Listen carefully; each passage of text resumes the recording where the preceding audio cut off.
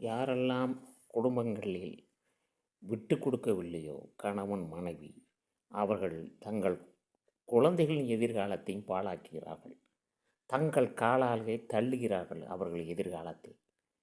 ஆம், இன்றைய காலத்தில் எத்தனையோ பேர்கள் கணவன் மனைவி படித்திருப்பார்கள், வேலையில் இருப்பார்கள், ஆனால் விட்டு கொடுக்க தயங்குவார்கள். ஏன், எதற்கு நான் விட்டு கொடுக்க வேண்டும் என்று இருவரும் போட்டி விடுவார்கள். இதனால் குழந்தைகளுடைய அழுகை குரல் ஒரு காலத்தில் ஒலிக்கும்.